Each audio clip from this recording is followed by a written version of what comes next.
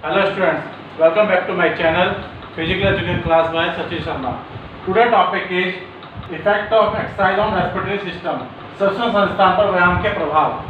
जब हम एक्सरसाइज करते हैं तो श्वसन संस्थान पर व्यायाम के क्या क्या प्रभाव पड़ते हैं।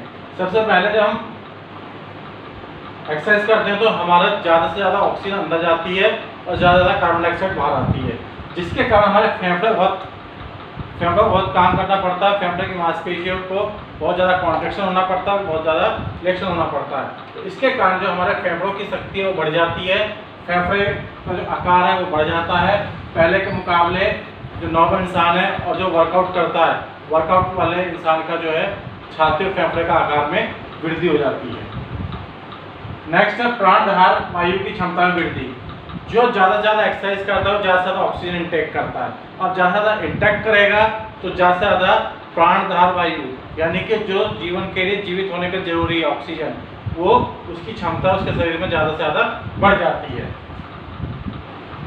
अवशिष्ट वायु के आयतन में वृद्धि। अवशिष्ट वायु हमारा रेस्पिरेटरी सिस्टम चलता कैसे है कि हम ऑक्सीजन लेते हैं और कार्बन डाइऑक्साइड छोड़ते हैं, तो इसके कारण हम ऑक्सीजन ज़्यादा क्षमता बढ़ जाती है तो कार्बन डाइऑक्साइड की भी क्षमता बढ़ जाती है, क्योंकि कार्बन डाइऑक्साइड में जो हम कार्बन डाइऑक्साइड छोड़ते हैं उसका जो 16% है वो 16% रिबेट होकर वापस आ जाता है। तो इसके कारण जो है अवशिष्ट वायु के आयतन में वृद्धि होती है, कार्बन डाइऑक्साइड में भी वृद्धि होती है। असक्रिय वायु कोशिकाएं सक्रिय हो जाती हैं। जब हम वर्कआउट करते हैं ऑक्सीजन और जब हम बहुत ज़्यादा एक्सरसाइज करते हैं उससे क्या मांसपेशियाँ और जो कोशिकाएं वायु कोशिकाएं जो श्वास अंदर खींचती हैं और छोड़ती हैं उनके अंदर भी गति आ जाती है तथा वो क्लीन हो जाती हैं। उसके अंदर कोई किसी तरह की रुकावट होती है तो वो रुकावट भी दूर हो जाती है, तो इससे असक्रिय वायु कोशिकाएं सक्रिय हो जाती हैं। मिनट वॉल्यूम घटना। मिनट वॉल्यूम घटना मतलब कि 1 मिनट में आप कितनी बार सांस लेते हो, तो 1 मिनट में अगर आप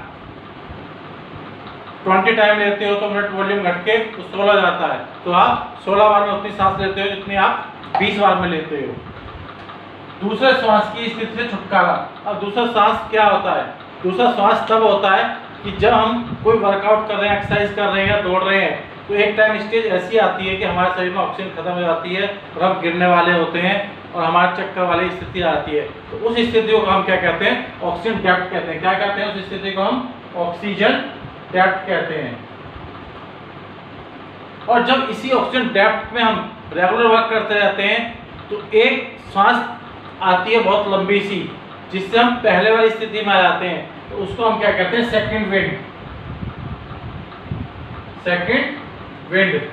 तो इस सेकंड विंड को क्या कहते हैं? हम दूसरे श्वास की स्थिति। तो जब दूसरे श्वास जब हम रेगुलर एक्सरसाइज करते हैं तो ये ऑक्सीजन डेप्थ की स्थिति से भी हमें दूर हो जाते हैं, सेकंड विंड की स्थिति से भी छुटकारा मिल जाता है। सेकंड विंड की स्थिति भी कम से कम आती है। डायाफ्राम तथा मांसपेशियों में मजबूती। जो फेफड़े तथा छाती को चारों तरफ से कोशिकाएं हड्डी जो घेरे रखती हैं, तो उसमें जो मांसपेशियां जुड़ी होती हैं और जो डायाफ्राम होता है वो रेगुलर वर्क करने से उसकी मांसपेशियों में ताकत आ जाती है, वो पहले से ज़्यादा स्ट्रॉन्ग हो जाती है, तो इसलिए डायाफ्राम तथा मांसपेशियों में मजबूती आती है। टाइटल वॉल्यूम में वृद्धि। टाइटल वॉल्यूम वह वॉल्यूम होता है कि जिसके अंदर हम ज़्यादा से ज़्यादा ऑक्सीजन इंटैक्ट करते हैं और रोक के रखते हैं। एक नॉर्मल इंसान की जो है वो 3000 से 3000 सीसी से लेके और 4500 सीसी तक की वैल्यू होती है क्यूबिक की, लेकिन एक जो एथलीट होता है वो 5.5 क्यूबिक तक उसका टाइटल वॉल्यूम होता है ऑक्सीजन रोकने की क्षमता। नेक्स्ट है श्वसन क्रिया की दर में कमी।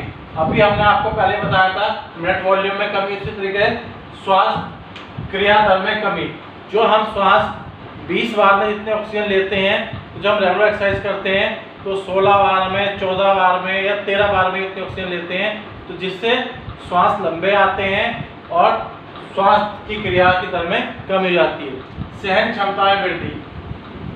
जब हम रेगुलर एक्सरसाइज करते हैं तो हम ज़्यादा से ज़्यादा देर तक बिना ऑक्सीजन लिए भी रह सकते हैं। जैसे हमने बताया कि अपना प्राणधार वायु की क्षमता में वृद्धि, दूसरे सांस की स्थिति छुटकारा, तो हम ज़्यादा से ज़्यादा देर तक बिना ऑक्सीजन के भी रह सकते हैं और किसी भी कार्य करने में हमें थकान महसूस नहीं होती, बिना थके हम कार्य करते, तो इससे हमारी सहन क्षमता में वृद्धि आती है। इच्छा शक्ति में दृढ़ता, एक व्यक्ति अगर 1 किलोमीटर दौड़ता है तो वो ज़्यादा से ज़्यादा 3 किलोमीटर दौड़ सकता है, उसकी इच्छा शक्ति यही हो सकती है। लेकिन एक व्यक्ति जो 5 किलोमीटर दौड़ रहा है तो उसे पता है कि डेली में 5 किलोमीटर तक दौड़ सकता हूँ, तो वो 7, 8, 10 किलोमीटर तक भी दौड़ सकता है। लेकिन जो 1 किलोमीटर दौड़ रहा है वो 2-3 किलोमीटर से ज़्यादा नहीं दौड़ सकता। तो इसलिए जो रेगुलर वर्क करते हैं, एक्सरसाइज करते हैं, वो पहले के मुकाबले ज़्यादा वर्क कर सकते हैं, ताकि क्योंकि उनकी इच्छा शक्ति बढ़ी हुई होती है, इच्छा शक्ति में दृढ़ता होती है। नेक्स्ट है शीघ्र क्षतिपूर्ति। जब आप रेगुलर एक्सरसाइज करते हैं तो बहुत जल्दी आप रिकवर हो जाते हैं, आपकी मांसपेशियां बहुत जल्दी कॉन्ट्रैक्शन करती हैं, बहुत जल्दी रिलैक्सेशन करती हैं, श्वास पूरा आता है, बॉडी को ऑक्सीजन पूरी मिलती है, तो इसके कारण आपकी जो क्षतिपूर्ति है वो बहुत जल्दी पूरी हो जाती है। नेक्स्ट है ऑक्सीजन खपत पर प्रभाव। ऑक्सीजन खपत पर प्रभाव, एक रेगुलर इंसान के मुकाबले एक एथलीट को ज़्यादा ऑक्सीजन की जरूरत होती है और उसके वर्कआउट के हिसाब से उसको ऑक्सीजन मिलती भी है। तो ये आज आपकी वीडियो श्वसन संस्थान पर व्यायाम के प्रभाव आज यहाँ समाप्त हुई। Next video effect of exercise on muscular system, अर्थात मांसपेशीय तंत्र पर एक्सरसाइज का क्या प्रभाव पड़ता है, उस वीडियो को लेके आएंगे हम।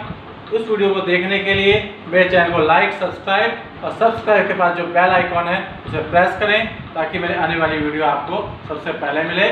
Thank you so much.